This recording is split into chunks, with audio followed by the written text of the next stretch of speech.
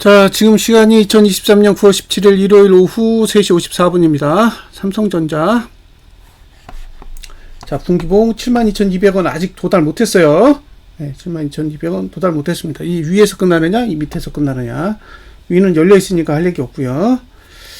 자, 월봉은 상단선 위에 있습니다. 그러니까 이 가격. 예, 76,600원. 네, 76,600원 위로는 보유 영역이에요. 보유 영역. 매수가치 0입니다. 그리고 이격볼벤 20 상단선. 여기는 사실상 논리적으로 넘기 어려운 자리니까 72,660원이니까 72,700원. 72,700원 위로 끝나긴 어렵다는 거죠. 어쨌든 월봉은 매수가치가 없습니다. 주봉도 이렇게 끝났는데, 주봉은 반대로 이제 하단선이 올라오겠죠. 예. 주봉은 하단선이 올라옵니다. 그러니까 지금 상태는 주봉은 상방에 유리해요. 이제 개파락이 얼마나 나오느냐가 중요한 거죠. 예? 개파락이 얼마나 나오느냐. 지금 필라델피아 반도체 지수는 3% 내렸는데, 예, 이제 과연 시초가를 얼마나 내려줄 거냐라는 게 이제 이슈가 됩니다. 예. 주봉 자체는 상방에 유리하다.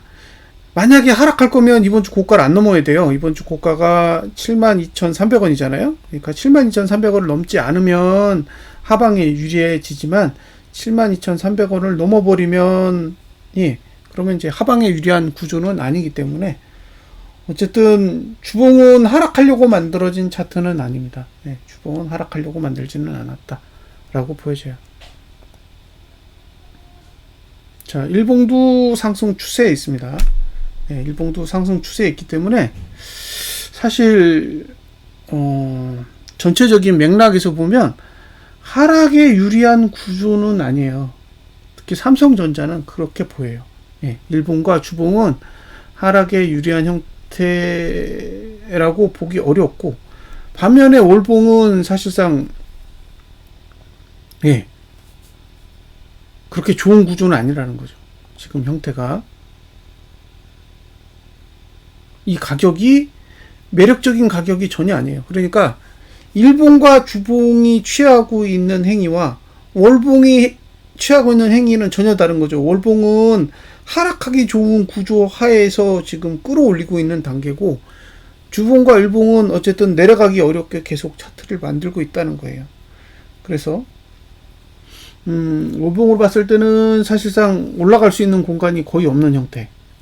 올라갈 수 있는 공간이 거의 없는 형태고, 주봉으로 봤을 때는 개파락이 크게 나오지 않으면 반대로 내려가기도 힘든 형태를 만들어 놨어요. 그러니까 이게 올라가기도 힘들고 내려가기도 힘들고 그냥 가둬놨다는 거죠. 결국 이제 목표는 뭐냐? 72,200원 위에서 끝날 거냐? 72,200원 아래에서 끝날 거냐? 이제 그 부분이 사실 이제 중요하게 작용을 하게 되겠죠. 매수 전략을 가져간다라는 거는 이번 주 저가가 붕괴되지 않으면 되는 거죠.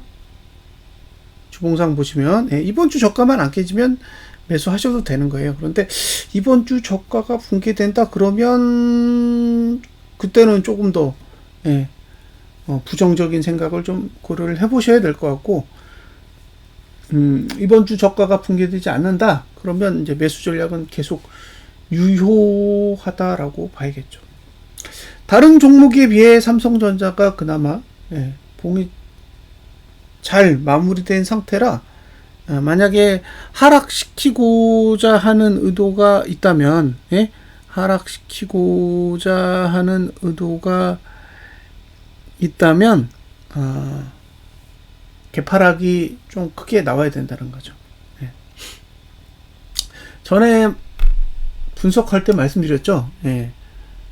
62,300원 아래로 가든가 72,200원 위로 올라가든가 둘 중에 하나를 해야 된다라고. 왜냐면 하락할 건지 상승할 건지 결정을 해야 되니까. 근데 지금 72,000원이니까 지금 계속 72,200원을 가지고 싸우는 거잖아요. 결국 상승할 의도가 있다면 72,200원 위에서 끝내려고 할 겁니다. 그러니까 상방을 보시는 분은 72,200원 위에서 끝나기를 바라셔야 되고, 반대로 이제 저같이 하방을 보는 사람의 입장에서는 72,200원 아래에서 끝나기를 바라야 되죠.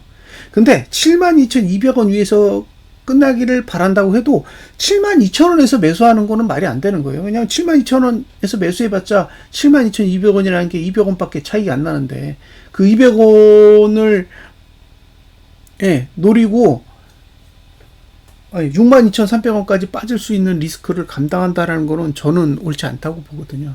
그래서 지금 상태가 매수자에게 그렇게 매력적인 위치는 아니라고 보는 거예요. 이게 올라가지 않는다가 아니라 매수자에게 매력적이지 않은 위치에 와 있다라는 거는 감안하시고요. 다만 이제 주봉이 개파락이 나오지 않으면 하단선이 잘 발달되어 있기 때문에 상대적으로 주가를 빼기가 어려운 상태에 있다라는 거는 이제 감안을 하시라는 거예요. 자, 삼성전자의 자금 흐름을 보시면 개인이 계속 매도하고 있어요.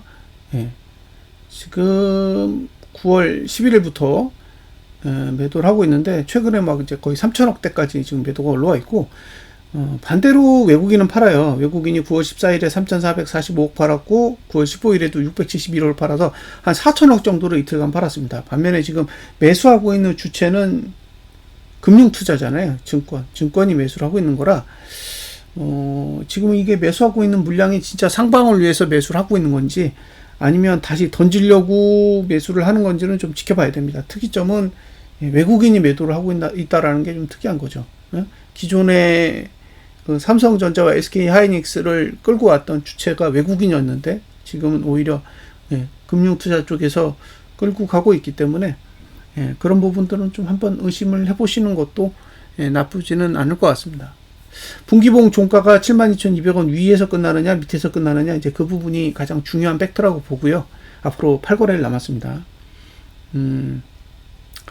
결국에 이제 외국인이 선물 매수를 하게 된다 그러면 현물도 매수할 가능성이 높고 선물 매도에 나선다면 현물도 팔 가능성이 높은데 뭐 좀 지켜보셨으면 좋겠어요.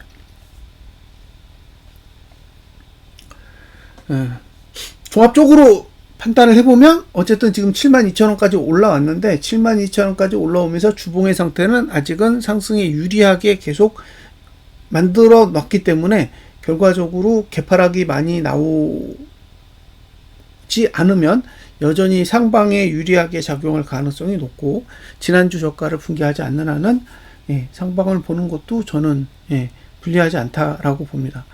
이게 하방을 보는 게 맞을지는 잘 모르겠어요. 삼성전자의 경우에는 개파락이 심하게 나오면 하방을 볼 수 있는 그런 기회가 생길 텐데 개파락이 거의 없다 그러면 하방을 보는 게 쉽지는 않아 보입니다. 자, 분석 마치겠습니다. 감사합니다.